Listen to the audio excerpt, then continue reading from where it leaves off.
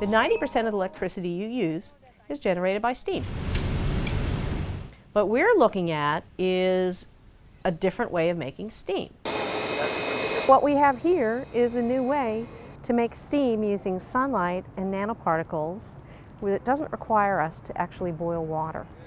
So this is a radically new way to harvest solar energy and to use it in a very, very general way. So steam is extremely valuable. Of course, the Industrial Revolution was based on steam. You can use steam to make electrical power, but you can also use it for other applications like sanitation or desalination.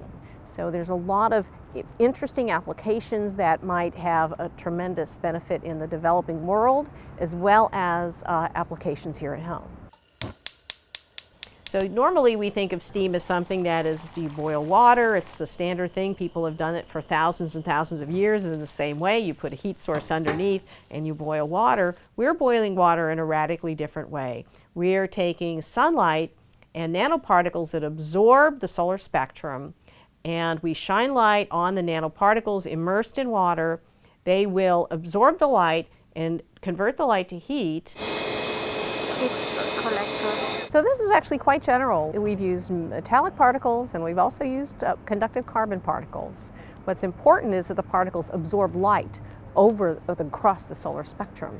This steam production works very well for all of those types of nanoparticles. The efficiencies are very similar. Starting temperature 0 degrees Celsius. And we demonstrated that in a video where we actually show, we start with the water with nanoparticles inside and we sit it in an ice bath. Final temperature 0 degrees and 10 seconds. This is a Fresnel plastic lens that will concentrate the light on a spot. We shine light on the nanoparticles and they heat up and they produce steam even though the water in the solution is at the freezing point. And so that steam that we produce is done at an extremely high efficiency. Between 80 and 90% of the energy that's absorbed from the sun is actually converted to steam by the nanoparticles in this process. From the initial very small-scale lab experiments that we did outdoors, we've now, with the support of the Bill and Melinda Gates Foundation, we've been able to build the solar collectors like this and several other geometries that allow us to really build a platform that might, for example, serve the sanitation needs of an entire family.